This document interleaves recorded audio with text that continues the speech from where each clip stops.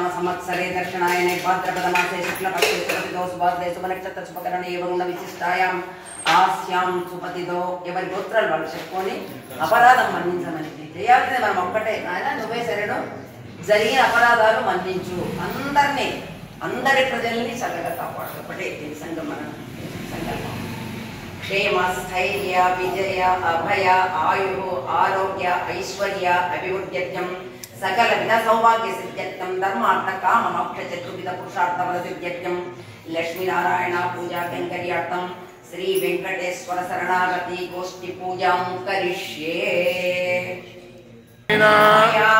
मया दोषान् विशेषान् अशेषान्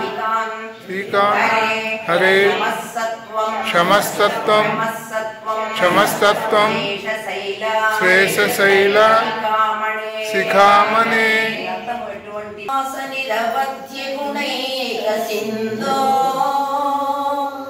संसार सागर समुद्रदैक सेतो वेद निज वैभव पद्मभोग्य श्री वेंकटाचलपते तव सुप्रभातं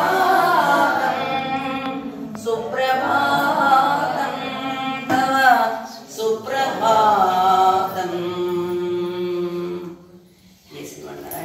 गोविंद गोविंद श्री वेंकटेश गोविंद गोविंद गोविंद गोविंद गोविंद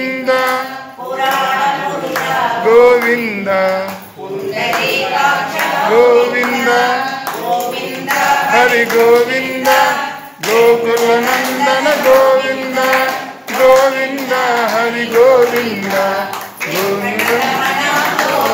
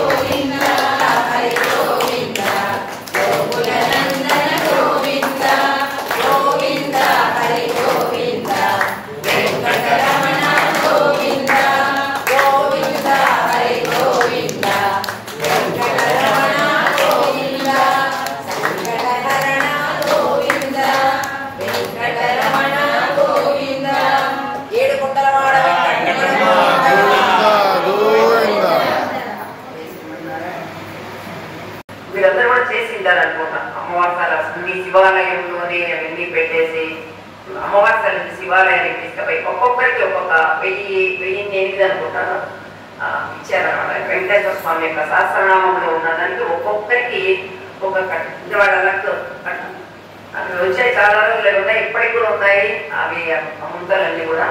అప్పుడు స్వామివారు చెప్పినటువంటిది. దీంట్లో 5 రకాల శ్లోకాలు ఉన్నాయి ప్రార్థనలు. అవి మనం ఒక్కొక్కటి చేసుకుంటూ వద్దాం. నిదానంగా పలకండి.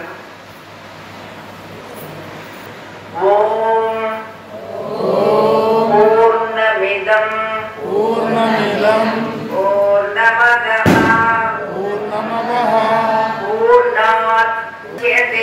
పూర్ణముదచ్యతే పూర్ణస్య పూర్ణాయ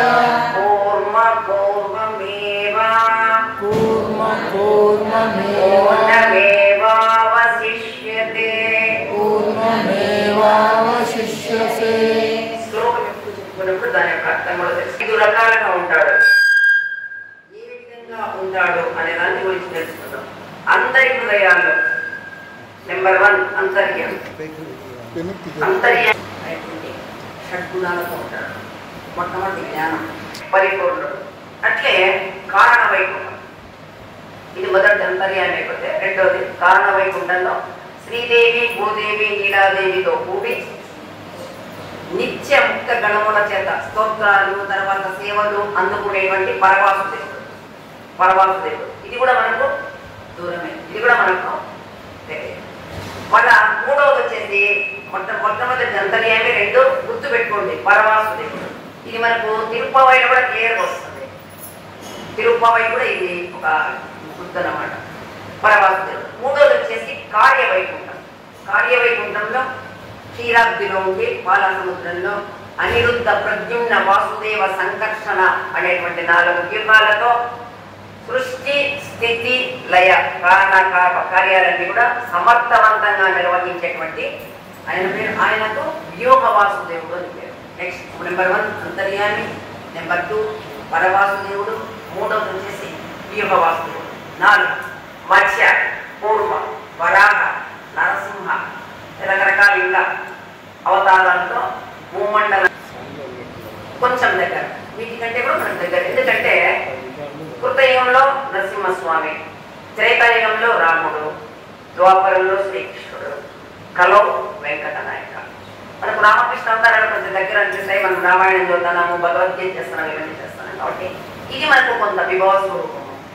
ఆయన వీటిలో స్వయంభూ మన గ్రామాల్లో 108 దివ్య దేశాల్లోనే కాకుండా మన గ్రామాల్లో ముఖ్యంగా మన ఇంట్లో ఏమి అవసరం లేదు. తనే విగ్రహంలోకి, విగ్రహం తనగా ఉంటాడు, విగ్రహమే తానే వచ్చి ఉంటాడు స్వామి. ఒక పట్టం తీసుకోండి, ఏదైనా సరే ఖచ్చితంగా స్వామి మీరు చేసేటువంటి మనం అనుకున్నటువంటి దానికి ఖచ్చితంగా ఆయన భేదమే లేదు, అన్నింటిలో పరిపూర్ణంగా ఉన్నాడు అనేది మనకు. అందుకే ఎక్కడ కూడా యజ్ఞాలు యాగాలు జరిగినప్పుడు ఈ యొక్క శ్లోకం వినింటారు, మీరు పూర్ణమిదని చెప్తారు. అట్లా అనుగ్రహించండి. మీరు అంతర్యామిగా చేసినా అదే ఫలితమే, వ్యూహవాసుదేవుని చేసినా అదే, మరి పరవాసుదేవుడైనా అదే, విభవమైన వివాహాన్ని చేసినా అంతే. తర్వాత అక్షామూర్తిగా మనం చేసేటువంటిది కూడా అన్నిటి కేసు ఇక్కడ ఏ విధంగా చేసినా కూడా భక్తుల యొక్క అన్ని కోరికలు తీరుస్తూ ఆయన అనుగ్రహించేటువంటి శ్రీమన్నారాయణుడు, కలియుగ వెంకటేశ్వరుడు పరిపూర్ణంగా ఉంటాడు. ఎక్కడ ఉన్నా పూర్ణుడే ఆయన ఎక్కడున్నా కూడా హెచ్చు తగ్గు అనేది ఉండదు. అందుకే ఆయనకు అచ్యుత అనేటువంటి నామం. అంటే తన ఉన్న స్థానం నుంచి ఎక్కడ కూడా దిగడంట. సంపద కానీ ఏదైనా కానీ అచ్యుతుడు అని పేరు. ఇది మొదటి దానికి. రెండో ఈశాన్య ఉపనిషత్తులో మొట్టమొదటి శ్లోకం. ఓం ఈశావాస్య మిదగం సర్వం యత్కించ జగత్యాం జగత్ తేన చింతేన పూంజీధా మాపృధా కస్య స్విద్ధనం. పరమాత్మకి ఈశాన్యుడు పేరు. అంటే సమస్త విశ్వాన్నంతా కూడా పరిపాలించేవాడు. ఈ జగత్తులో మన కంటికి కనిపించే వాటిలో కనిపించని వాటిలో కూడా ఆయన ఉన్నాడు పూర్ణంగా. అన్ని పదార్థాల్లో వ్యాపించున్నాడు. మన సహస్రనామం విష్ణు సహస్రనామం చెప్పేటువంటి మొట్టమొదటి విశ్వం విష్ణు ప్రతి దాంట్లో ఉన్నాడు. దాంట్లో ఉన్నాడు. మరి అన్ని పదార్థాల్లో ఉన్నాడు ఆయన. మరి మనకి ఇచ్చేటువంటి సంపదలు అన్నీ కూడా ఆయన ఏదైనా కానివ్వండి, సంతోషం కానివ్వండి, మరి ఒక సంపద కానివ్వండి, అందం కానివ్వండి, కులం కానివ్వండి, ఏదైనా కూడా అన్నీ మనకు ఆయన ఇచ్చినట్టు. మనం అందుకే ఎప్పుడు కూడా స్వామి నువ్వు మాకు ఇచ్చావు అని ప్రతి దాంట్లో కూడా మనం చేసుకున్నప్పుడు స్వామి ఇవి నువ్వు మాకు ఇచ్చావు అన్నటువంటి పద్ధతిలో మనం కృష్ణార్పణ అనుకొని ఆలోచించాలి. కానీ మనం చేయాలి. అట్లా చేయకుండా ఉంటే మనం ఆయన దృష్టిలో దొంగల కిందికి దొంగలము అన్నట్టుగా మనకు కొన్ని చెప్తున్నాయి. అంటే ఇంకొకటి కూడా ఎవరి సంపదలు మనం ఒకరి దగ్గర చేయి చాచడం కానీ మనం ఎప్పుడు కూడా ఇచ్చే పరిస్థితిలో ఉండాలి. కానీ ఎవరి దగ్గర చేయి చాచకుండా అటువంటి స్థితిని మన భగవంతుని కోరుకోవాలి. చేసింది మన మూడో శ్వాసలో ఓం అగ్నేయ సుభద్రారా యోజుస్మా యుహురాణమేనః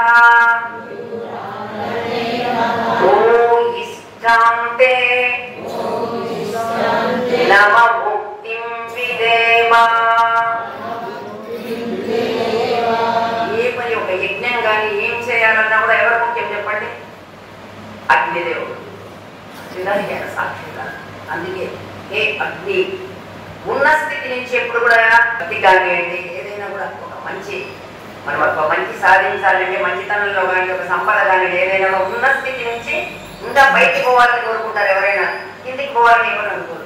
అట్లా ఆ ఉన్నత స్థితికి చేర్చేటువంటి హే భగవాన్ నీ యొక్క పాదాల విందాలనేటువంటి గొప్ప సంపదను మేము పొందడానికి, నిజమైన సంపద ఆయనను మనం శరణాగతి చేయడమే, ఆయనను పొందడమే మనకు గొప్ప సంపద. ఆ సంపదను మేము పొందడానికి మమ్మల్ని చెడు మార్గంలో ఉన్న మమ్మల్ని మంచి మార్గంలోకి తీసుకొని పో. చెడు మార్గం అంటే ఏదో చెడ్డ పనులు చేస్తామని కాదు. మనకి కామ క్రోధ లోభ మద మౌక్తర్యాలు ఇవన్నీ ఉన్నాయి కాబట్టి మనము ఆయన మీద అంత శ్రద్ధ లేకుండా డబ్బు సంపాదించాలనో మన పనుల మీద మన పిల్లల సమస్యలతోనూ ఉంటాం. అటువంటి వాటి నుంచి మమ్మల్ని కొంచెం తగ్గించి కొంచెం సేపు మేము దీని గురించి ఒక చేసేట్టుగా మమ్మల్ని మంచి మార్గంలోకి తీసుకొని పోస్వామి. మా గురించి నీకు అంతా తెలుసు. కుటిలమైనటువంటి మా పాపరాశుల్ని కొన్ని ఆలోచనలు మాకు సరిగ్గా లేవు, అవన్నీ నువ్వు తొలగించు. నీకు చాలా ఇష్టమైనటువంటి నమ అనేటువంటి పదాన్ని ఉచ్చరిస్తాం స్వామి, మమ్మల్ని అనుగ్రహించు. ఇది మూడో శ్లోకం. అంతా కూడా ముఖ్యమైనటువంటిది ఇది ప్రార్థన. ఇది జాగ్రత్త. ఆది నారాయణుడవై క్షీరసాగరమున పవళించిన శ్రీ వెంకటేశ నీవే మాకు శరణు. మత్స్యరూపధారుడవై సృష్టిని కాచిన శ్రీ వెంకటేశ నీవే మాకు శరణు. కూర్మరూపధారుడవై సాగరవదనాన్ని సఫలం చేసి లక్ష్మీపతివైన శ్రీ వెంకటేశ నీవే మాకు శరణు. వరాహమూర్తివై ఉడమిని పట్టి వెంకటాద్రిపై నిలిచిన శ్రీ వెంకటేశ నీవే మాకు శరణు. ధన్వంతరివై ఔషధులిచ్చి మా భవరోగము పాపిన శ్రీ వెంకటేశ నీవే మాకు శరణు. నరసింహుడవై బాలుని బ్రోచిన భక్తరక్ష భక్తరక్షక శ్రీ వెంకటేశ నీవే మాకు శరణు వామనుడవై పరికీర్తిని చాటి ముల్లోకములను నీ పదమున చేర్చిన శ్రీ వెంకటేశ నీవే మాకు శరణు పరశురాముడవై బుద్ధి చెప్పిన శ్రీ వెంకటేశ నీవే మాకు శరణు శ్రీరాముడవై మానవతకు ప్రతిరూపుడవై ధర్మరాజ్యమందించిన శ్రీ వెంకటేశ నీవే మాకు శరణు గీతాచార్య ధర్మోద్ధార యుగ యుగాలకు ఆరాధ్యమూర్తి శ్రీ వెంకటేశ నీవే మాకు శరణు ఇన్ని చేసిన కలివి తీరక కలియుగ దైవమై అక్షామూర్తిగా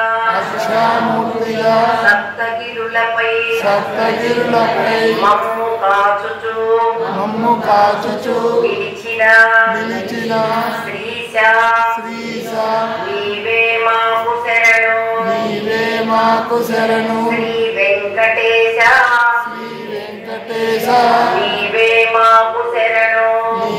మాకు శరణు ప్రభు నీవే మాకు శరణు ఇది 4వ మంత్రం. 5వ మంత్రం మారుతతుల్య వేగం జితేంద్రియం బుద్ధిమతాం వరిష్టం స్వాతాత్మజం వానరయూధ ముఖ్యం శ్రీరామదూతం శిరసా నమామి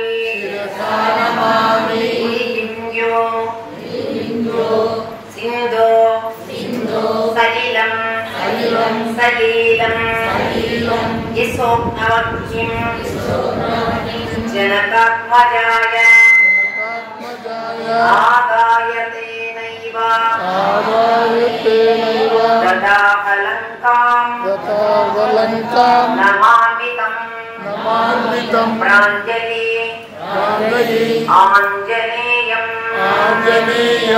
మనోవేగం వాయువేగంతో సమానమైనటువంటి వేగం కలిగిన వాడు, ఇంద్రియాలన్నింటినీ జయించినవాడు, బుద్ధిమంతుడు, వాయుపుత్రుడు, వానర సేనలో అతి ముఖ్యుడు, శ్రీరాముడి యొక్క నమ్మిని బంటుగా ఉన్నటువంటి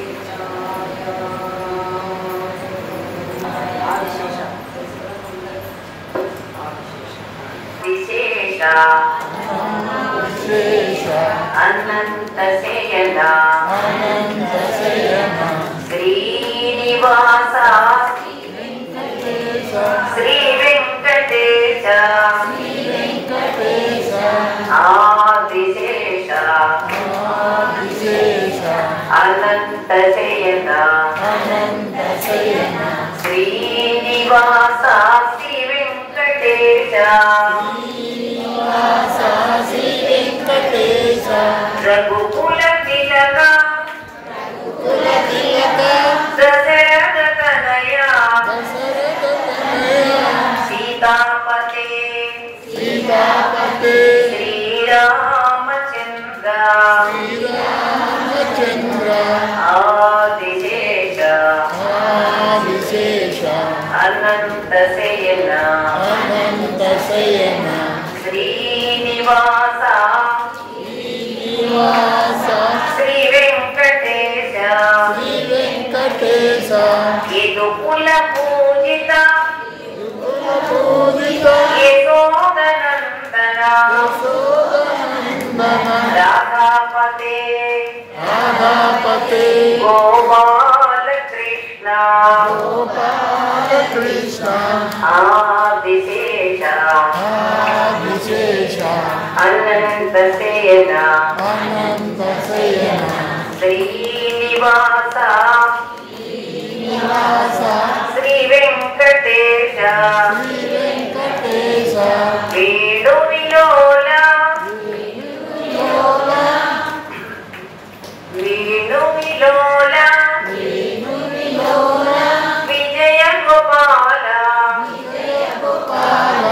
గోవర్ధనధర ధనధర గోకుల బాల గోకుల బాల ఆదిశేష ఆదిశేష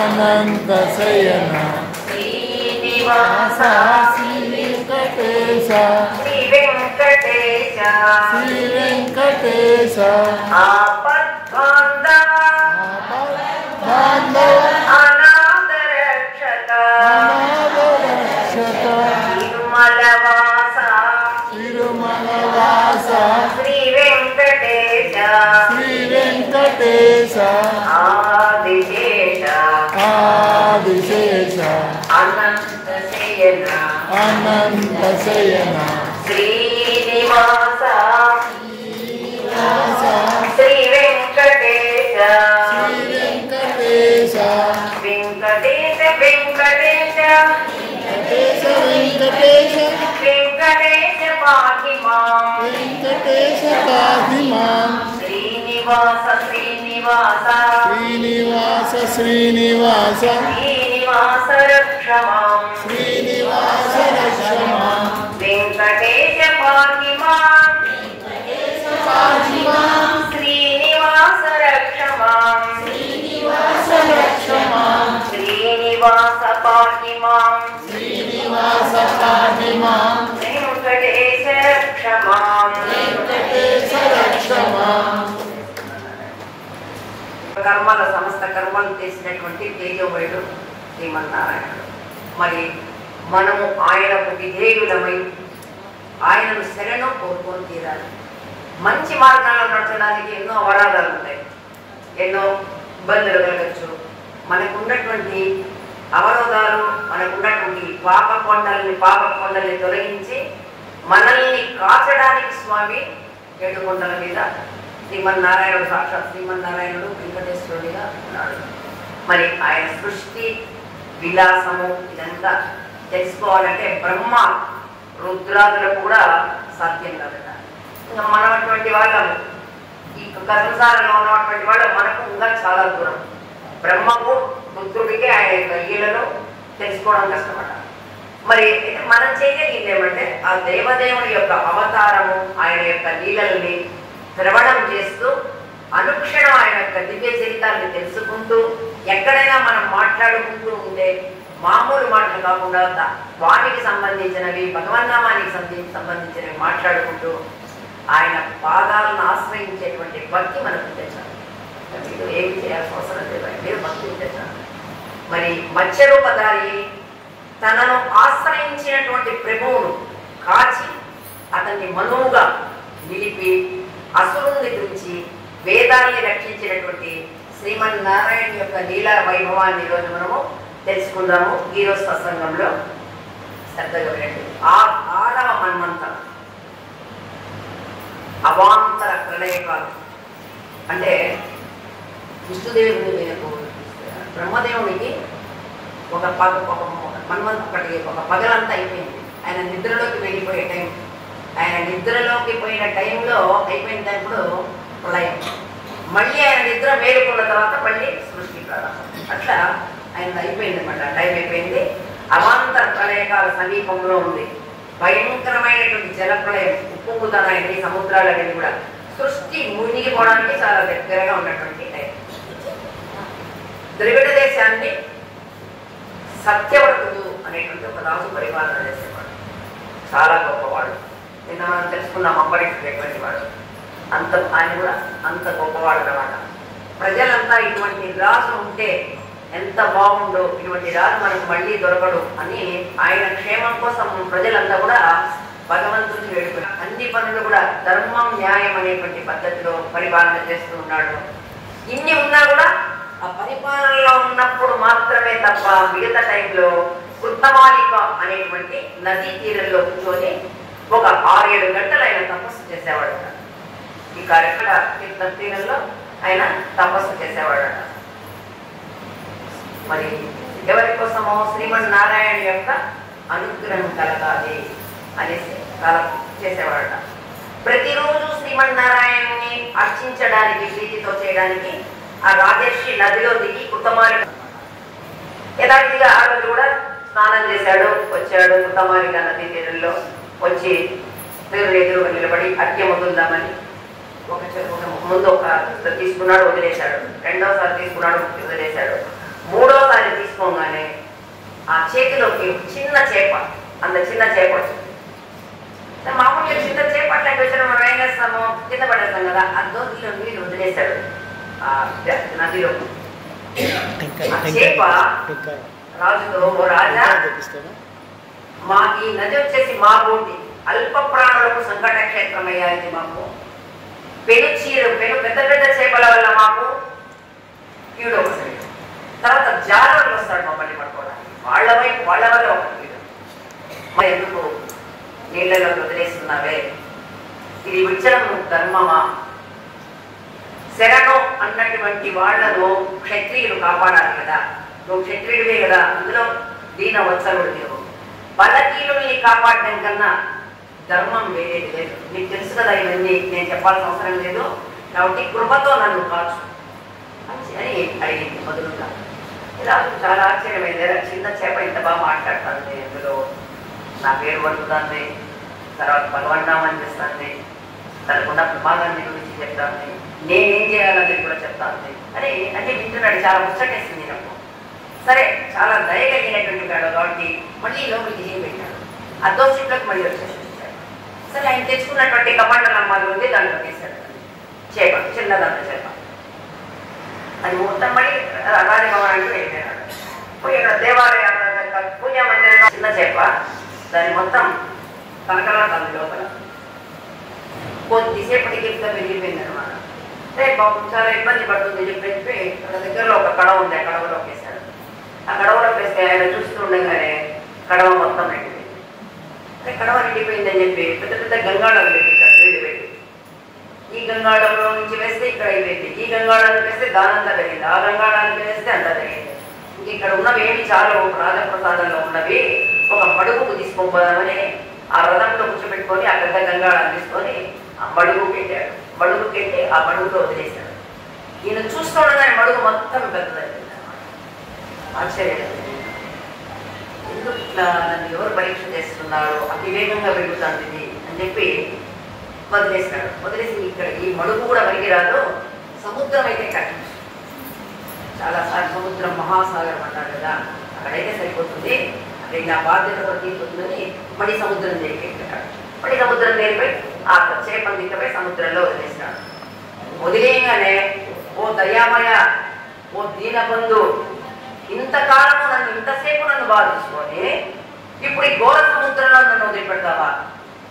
ఇక్కడ పెను ముసళ్ళు ఉంటాయని నీకు తెలియదా? తిమింగలాలు ఉంటాయని తెలియదా? నన్ను మింగేయవా అని దీనంగా మొరడు. ఆయన అర్థమైపోయింది. విభ్రాంతి చాలా చాలా ఆశ్చర్యపడి దండం పెట్టాడు. ఓ మత్స్యరాజమా, ఎందుకు నన్ను ఇంతగా పరీక్ష చేస్తున్నావు? ఒక్క రోజులో 100 యోజనాలు విస్తరించినావు.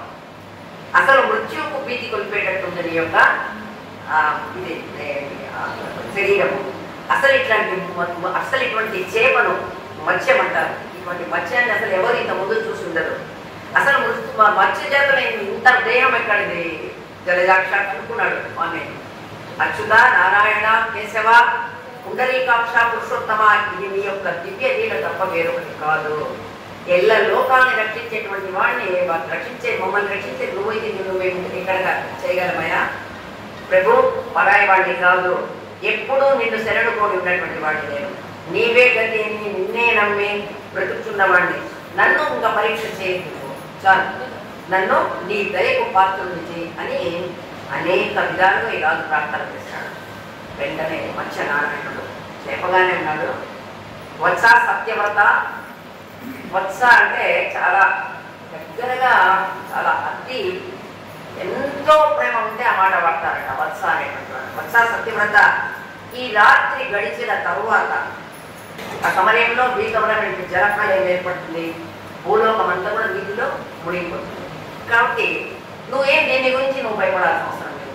నిన్ను కాచడానికి ఒక పెద్ద నామ వస్తుంది నీ దగ్గరికి. ఎప్పుడు? రేపటి నుంచి 7వ రోజు కరెక్ట్గా. అట్లా అక్కడ దాంట్లో 7 ఋషులు ఉంటారు. ఈ లోపల నువ్వు ఈ 7 రోజుల్లో జీవరాశుల యొక్క అన్ని బీజాలను సేకరించి, మొత్తం అన్నింటినీ కూడా సేకరించి నీ దగ్గర పెట్టుకో. అక్కడ నువ్వు కూడా ఉండు. ఆ రాత్రి ఉంటే ఆ 7 ఋషులు ఉన్నటువంటి నామ నీ దగ్గరికి వస్తుంది. అప్పటికే జలప్రళయం మొత్తం అంతా కూడా ప్రళయం ప్రారంభమై ఉంటుంది. భయపడదు, నీకు ఎటువంటి ఆపద ఉండదు. మరి చిమ్మ చీకటిగా ఉంటుంది. ఎట్లా కనుక్కుంటాను నేను పడవ అంటారేమో. ఆ మునుల యొక్క తపశ్శక్తితో వాళ్ళ యొక్క దేహం నుంచి ఒక విధమైనటువంటి కాంతి వస్తుంది. ఇవన్నీ కూడా చక్కగా కనిపిస్తాయి ఆ వెలుతురులో. కాబట్టి నువ్వు నిర్భయంగా ఈ జీవరాశులన్నింటినీ సేకరించి నువ్వు ఆ పడవ పెట్టేసి, తర్వాత నా యొక్క లీలా విశేషం చూడు, నేను ఆ సారథ్యాన్ని చేసేటువంటి దాన్ని చూడు, నువ్వేం భయపడాల్సిన పని లేదు అని చెప్పి, ఇదే నీకు నా భయం అని చెప్పేసి భయం.